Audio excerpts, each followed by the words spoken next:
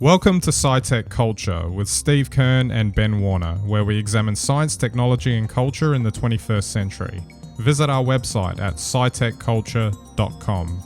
Well, I'm really excited because the Nintendo Switch 2 is now out and it's ready to purchase. Having said that, I'm not going to get one because I'm perfectly happy with my current Nintendo Switch. It's good that it's they finally got around to updating it, etc. What I thought was interesting, of course, is it doesn't seem like that much of a departure from the previous model, apart from upgraded specs. So it kind of feels like how iPhone upgrades have been in the last couple of years. But the thing that really interests me though is that it really goes to the power of their intellectual property. So Mario being the big one that is exclusive to the Nintendo, and you have to buy their hardware in order to play it, and that's pretty powerful. And I've seen some arguments where with some of their previous consoles, when they've done a follow-up, it hasn't gone well. So the successor to the Wii and all this sort of stuff didn't go well, and maybe they're a bit gun shy, so they went for the ultra conservative approach with this one, because even though it looks a little sleeker, it still kind of looks like the same thing. It's hard to know because they are very much a company that has that unique sort of IP niche with the Nintendo games. So I mean, that's what we love about them. Switch is my personal favourite console of all the games, but then that's because I love playing the latest versions of Zelda on it. And I just hope with the new features, the graphics will be obviously enhanced, and I hear they're re-releasing Tears for the Kingdom in some sort of 4K format, which I won't bother with. But and I also think the opportunities for multiplayer games, open world games like that in the future might be so much better. So plenty to look forward to, but probably nothing that would really make you rush out and buy one. Yeah, well, especially for the Australian pricing, I think it's $700 without any bundle of any other games in it. And I think I picked up my OLED Switch, the original, for 400 and something with a game included. So yeah, I mean, obviously, technically better and all that. These things come down over time, but yeah, it'll be interesting to see, how it's received, etc., and whether or not they just have the two switches running side by side for a while. And just, what you get the good one and the better one, being available to you. Oh, I think that's inevitable. I mean, I guess the current version switches, or the previous version, I should say now, you've still got hard access for actually game carts. So I think ultimately, no matter what happens in the future for Nintendo, as long as you've got a port and you've got some game cards, you'll be forever supported. Yeah, absolutely. Alrighty, so let's go on to our main topic, which again is AI again, because that's the tech topic du jour at the moment. It's dominating all the headlines because where is it going, etc. And I did enjoy this article that you sent through earlier in the week about, I guess, ostensibly talking about people's relationship with AI, and this idea that people, just using some examples of the AI, they prefer the like poems and essays that the AI generated over what human beings can actually generate. They found it nicer or more interesting to use, and it kind of leads to this whole thing about take one step after another, about we're establishing a relationship with AI, and how that potentially will affect significant portions of the population, especially if they find the interaction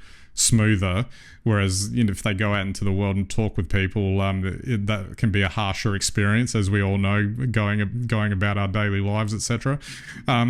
Which there's some pros and cons with that. Like, I can imagine like AI could have a beneficial use in helping people who may be a bit more socially awkward or whatever to improve their ability to interact, etc. But it could also go down that pathway of the her scenario where essentially you're just having a relationship with the AI and nobody else, and maybe you don't ever need to leave the apartment, and that's the bit that really, or house or whatever, wherever you happen to live. So that's the bit that I feel is a bit concerning for the future of the species if we all go down that route. Yeah, look, my greatest concern, I think, with AI today is it's a very powerful tool. And as a tool, as a human uses a tool to create an outcome. However, the emphasis for AI currently is as a product, and that product effectively is all about, I don't know, improving your life, even if it didn't need improvement, but providing either greater comfort or greater enjoyment or whatever that might be. And it's quite interesting because if you take that to the extreme, we've often spoken about echo chambers on social media where you surround yourself and your feed becomes everything you're interested in and everything you approve of. So if you take it to the extreme in AI, whereby AI is telling you how good you look, how fantastic you sound, the music you listen to could even theoretically be composed instantaneously, but always be to your liking. The flavors, and the recipes, whatever, and suddenly you see, are you actually living or have you just become a product of AI yourself? And then in which case, then hanging out with a bot, that's no big deal, is it? You're really just hanging out with yourself. Yeah, exactly. I mean, one thing I did wonder was whether there's like an overstatement of how good AI actually is, because obviously if you listen to the press releases and promotion from the big tech companies, it obviously is, because they have an incentive for you to buy into it, obviously, and probably for the low price of $10.99 a month or whatever they decide is going to be the the optimum for them, and it kind of comes that old Jurassic Park quote of they say they to paraphrase, they were always preoccupied about whether they could do it rather than whether they should do it. And it's almost like they're not finding where the guardrails are or where the optimum use for this type of thing is, because you can obviously, improvements in technology are always good for streamlining daily life. You can obviously have professional applications where lots of things that could be you could use these tools to improve so many things, but I feel like there's no no sense coming out of what specifically it should be used for, in the sense of the impact on society as a whole, rather than just, we're going to let's see if we can use these tools to concentrate in these areas. I can see lots of science and medical applications straight off the bat there, but then there's no distinction between that and turning the AI into your friend, and then you don't have to bother with people after that. And that's the bit that it's like it's still spaghetti at the wall in a way, and they just want to do it all. And again, not to go all semi-anti-capitalist on it all for that subscription fee. Well, you're absolutely right. And I think one of the most interesting things we're seeing is, obviously all the people with a stake in AI are spruiking AI, telling us how wonderful it'll be, because it can predict what will taste good on your palate. It can, help you find, the same movie over and over again because you like watching it, whatever it might be. But AI still does not actually think.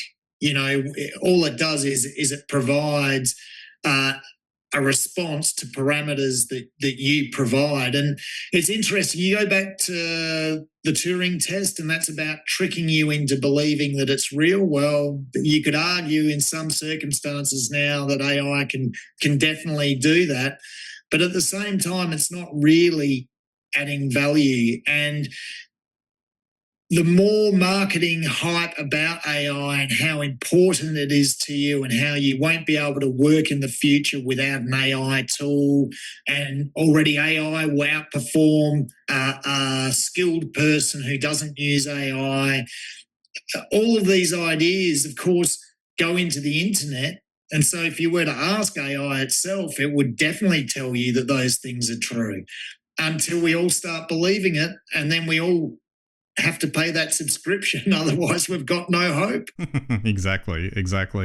And I guess one other thing I wanted to touch on was, I guess life is about adversity. So you build your character, I guess, through dealing with adverse situations just as much as positive, agreeable situations.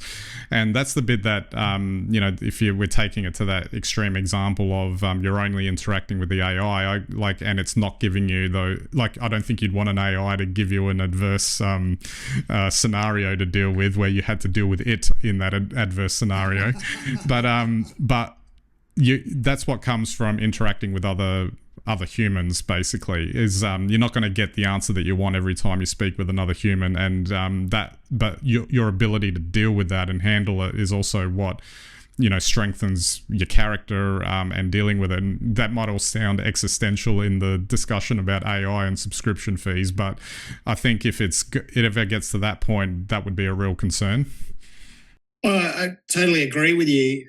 And also, I think something else that they haven't really considered yet, they used it to kill autonomous vehicles, which was, if the autonomous vehicle has to swerve, does it kill, the old person or the young person or the people in the car or whoever? And, the insurance, you'd never get to the bottom of it, the liability question. But once again, what if you are in a life or death situation and AI gives you the wrong answer? Is it murder? Who's liable? I guess the delete button comes out at that point.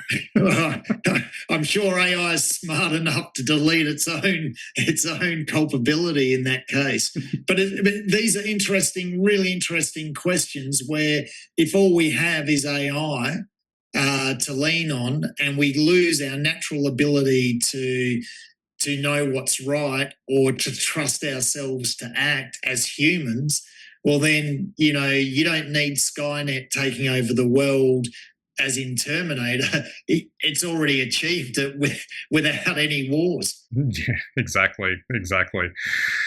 All right, I'm sure we'll revisit this over the coming weeks, months and years as we go along, because it's only going to become bigger as we go along. But I don't know if this is related because, it's all the noise that's happening on the internet. But I did want to touch quickly on the Trump-Musk feud that exploded. I didn't really want to do too many Trump topics. I think we had like a year or something where we did a lot of that because, it's kind of tiring or whatever. But there was a certain amusement watching this. A horrifying amusement, if you want to call it that, the most powerful man in the world versus the richest man in the world, both having their own social media platforms and having a spat online and having their fallout. And you can't make this stuff up, if you were to pitch this as a Hollywood film, Idiocracy, I guess, did it already, but no one would believe it as a plot, a believable plot. But this is actually happening for real, and where is that gonna go? And it just makes me wonder, again, it's like that fever is not breaking. It just seems to be spiraling and getting worse. Well, I agree. And if you wanted to underline what's wrong with the world right now, this is an example of it. And I'm not talking about anything specific here, but exactly the points you've said. This, obviously, somebody's reneged on some deal somewhere along the way, and somebody's taking a shot at someone else. The fact that this has been revealed so nakedly, so primally, this is just tit for tat sort of fighting, over something that's opaque, which there doesn't really appear to be a reason for, but we all know there must be a reason for. or if there isn't, well, then we're really in trouble. It is bizarre the way no one can get to the bottom of it. And the fact that effectively Musk is threatening to use his power of social media against notionally the most powerful man in the world to ruin him. I think this probably historically, it's probably happened in the past, but it's obviously not happened like this. This is very interesting and in a lot of ways very disturbing. And, you know, like if it wasn't those two particular characters, it would just be another social media spat that I'm sure is happening hundreds of millions of times, even as we speak, between people. It's just that it's the fact that the positions that they occupy in American society, and obviously that impacts the world as well, that is the part that really catches your attention. And the fact they choose to do it so publicly. I mean, I would think at these levels, these sorts of political machinations occur all the time. It's just most of the time it's cloak and dagger. Yeah. So it almost seems insensible that they should choose this path. Well, I guess it might just be a feature of the fact that it's the internet, social media world, and even all the way up to the top, they're affected just as much as everyone else.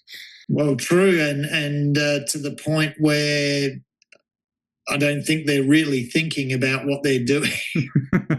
Of that is clear. That's why I mentioned the idiocracy example right there. I mean, it's not too far away from that.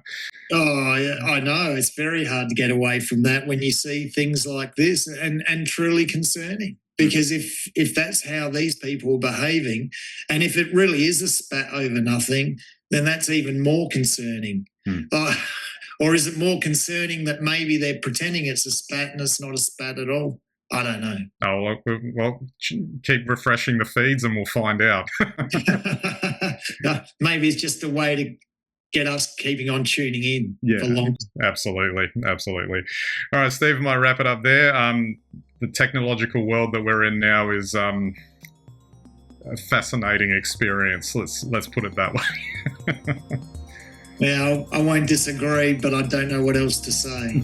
Exactly. Alrighty, so that's it for this week's episode. We'll catch you next time.